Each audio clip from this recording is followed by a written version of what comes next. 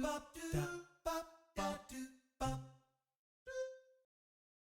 い、おはようございます。今日はちょっと仕事休みなので作業を進めていきたいと思います。ではこの前の続きで配線作業の方やっていきたいと思います。とりあえずジョイントする場所2箇所こっち側にできたんで、先にそっちの方処理していきたいと思います。では本日もよろしくお願いします。とりあえずこことそこ接続していきたいと思います。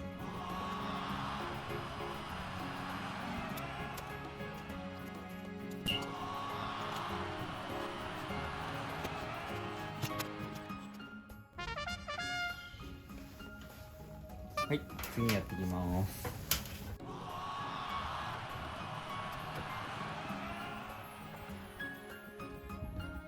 はい、OK です。それでは北の西面やっていきたいと思います。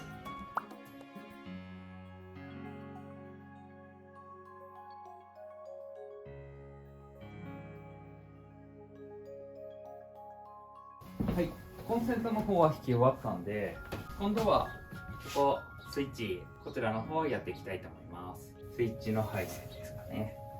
はい、3のスイッチにするんで 1.6 の三振使っていきたいと思います。そこにジョイントボックス、こっち北側の部屋用、こっち南側の部屋用で作っていきたいと思うんですけど、そちら側の方にこのスイッチ用のボックス、ここから三振でここに1本でもう1本南側の方を1本っていうような感じで回していきたいと思います。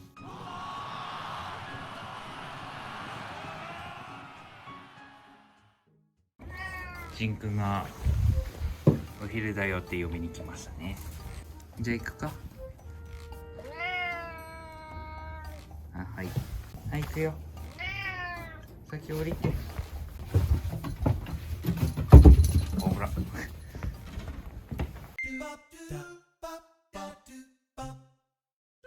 北側の方はダウンレールじゃねえよ、ダウンライトをつける予定なので配線していきたいと思います。片側に3つで計6個になりますね。はい、やっていきたいと思います。最初は奥の方からこう引いていく感じですね。こっちも奥の方から引いて、順々に下ろしていくようなやり方でやってみたいと思います。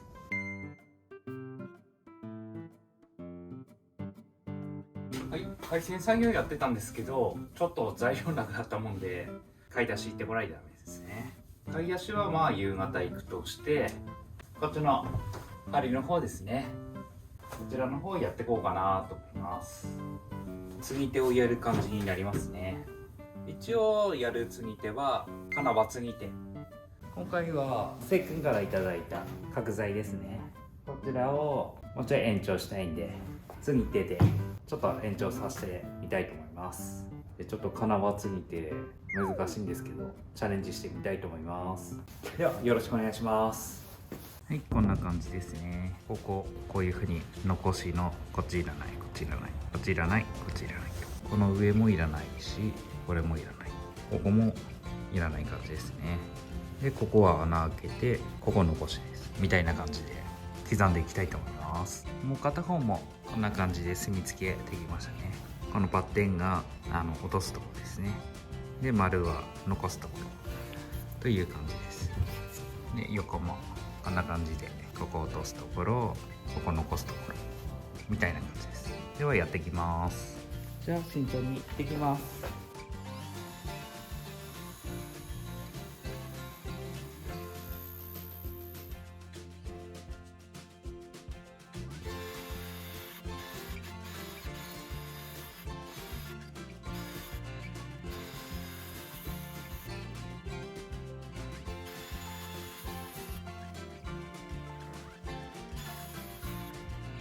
こっちに残しといて後からですね、先にここのオスの部分決めてしまおうかなと。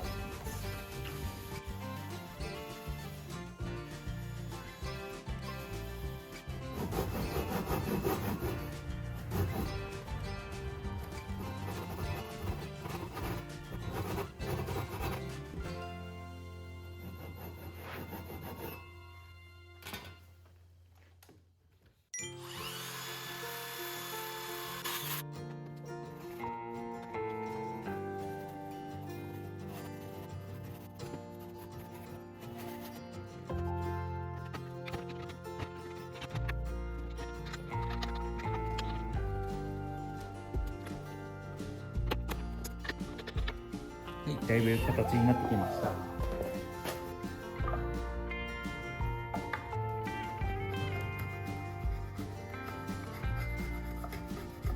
い、片側出来上がりました。こんな感じですね。ちょっとまあっていう難しいです。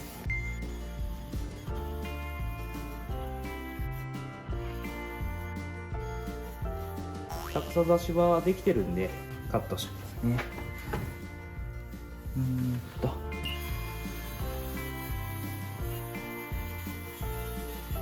とりあえずここで終わらしといて、自分のボールはここのバッテンのところを下ろしていくんで、丸の5で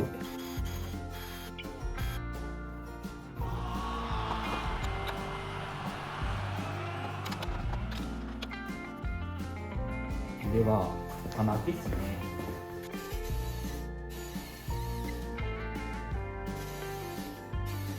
先に横を通してるんで、ここから入れていくとズボッて抜けた感じになるんで、一応そんな風にやってます。そしたらここのをカットします。終わったんで、はい、大体いい感じになったと思います。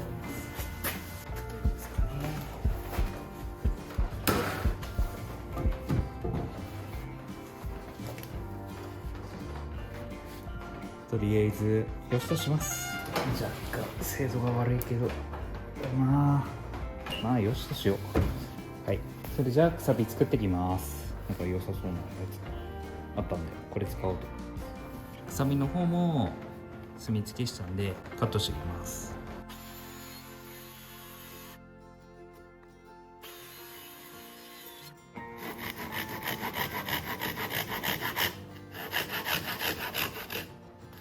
これじゃあくさび完成したんで、じゃあ組んでみますね。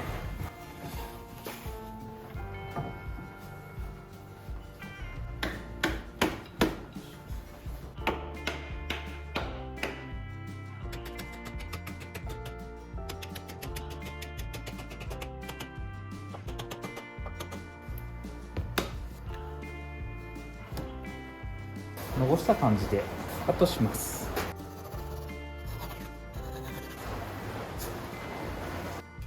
はい、こんな感じでいいんじゃないですかね。穴はついて。はい、今日は監督現場チェックに来てますね。監督、は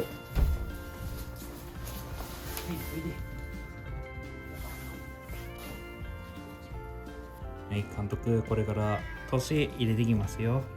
今レーザーで引いてるんで、ここですね。ここら辺をカットしてやっていきます。はい、監督も返事してくれてる。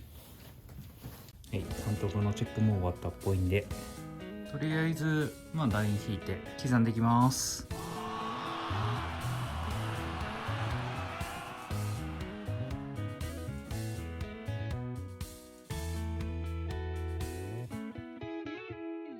ちょっと通しでいるのに断熱材先に入れてしまいましたね。自分がここはちょっとっていうの忘れてました。一応外しますかね、上の方。はい、それじゃあ刻んでいきます。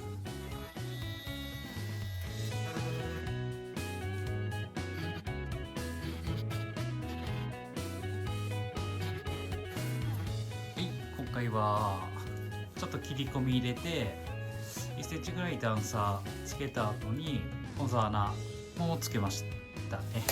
そうやれば左右上下ともに全然余裕じゃないかなという一応確保しましたね。よし、じゃあ長さ測って次でしたやつ切り出ししていきたいと思います。それじゃあカットしていきます。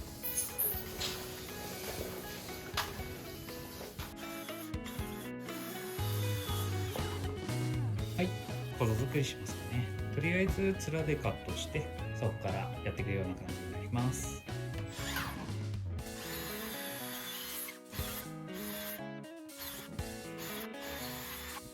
はい、今片側の方にかけて、で脚立の上に乗っけてる感じですね。何しろ長いんで見た目でわかるかな。4メートル50。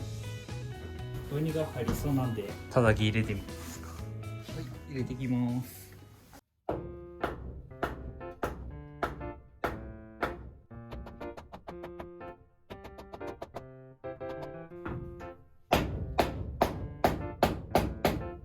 なんとか収まりましたね。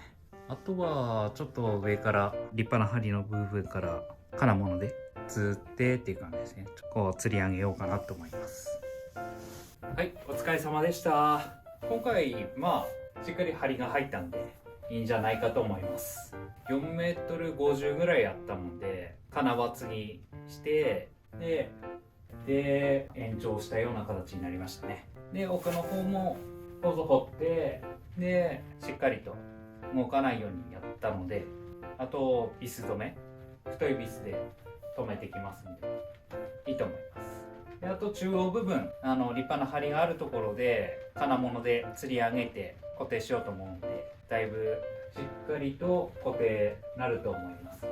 なんか見た目もしっかりしたような感じになったと思うんで、良かったんじゃないかなと思います。はい、1分到着。さっきご飯食べたのにまたご飯欲しい。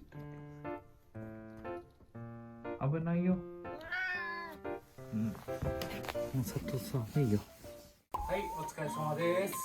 今日は仕事終わりで、この前やったこちらの方ですね。止め方していこうかなという感じです。一応、音作ってそちらは止めて、こちらははめ込み式にしてるんで、真ん中ビスで止めるような形にしてます。であとは中央部分で釣ったりもするんで、補強としては十分かなという感じですね。まず通した柱止めていきますか。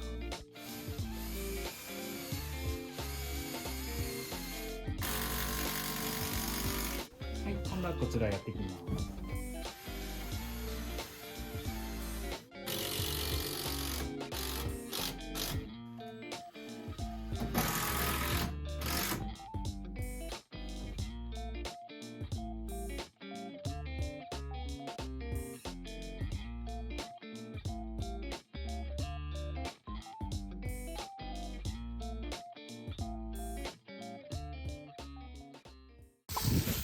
平竹が平竹らしい出ましたね。なめこのつもりだったけど平竹らしい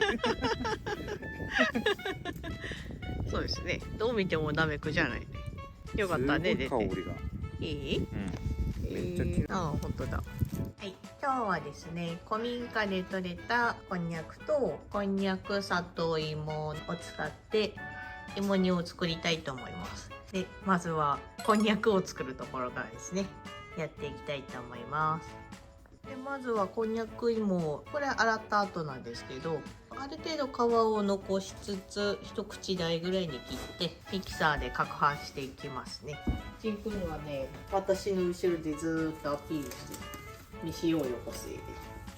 こんにゃく芋って結構桃っぽい感じで、匂いもほぼ桃で、お芋の色もなんて言うんでしょう、薄ピンクというかちょっとピンクがかったような感じの色ですね。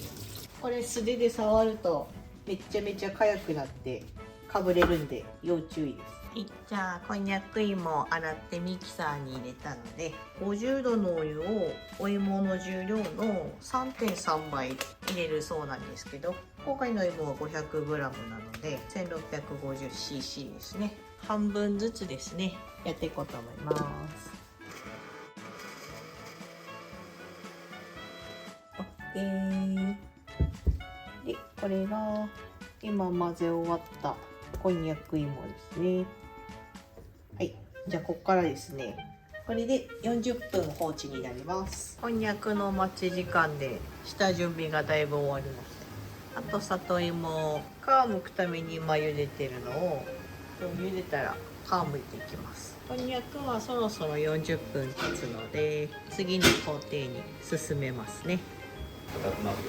硬くなってるっていうか、まだこれ凝固剤混ぜてない状態だけどね、だいぶでもプルプルしてそうですね。こんにゃくの凝固剤は貝殻を砕いたカルシウムです。じゃあ里芋を茹でてる間にですね、こんにゃくを一回凝固剤を入れずによく練っていきます。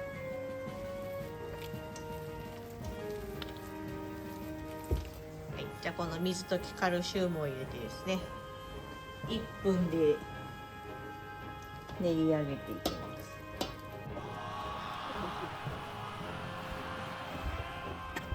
これだけ。これをバットに貼っていきます。本当はバットに入れて伸ばすといいそうなんですけど、ちょうどいいバットもタッパーもないので、フライパンに入れて形成しようと思います。入るのかな。あ、入るか。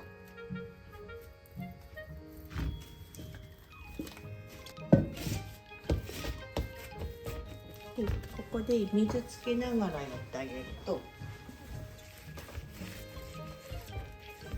OK。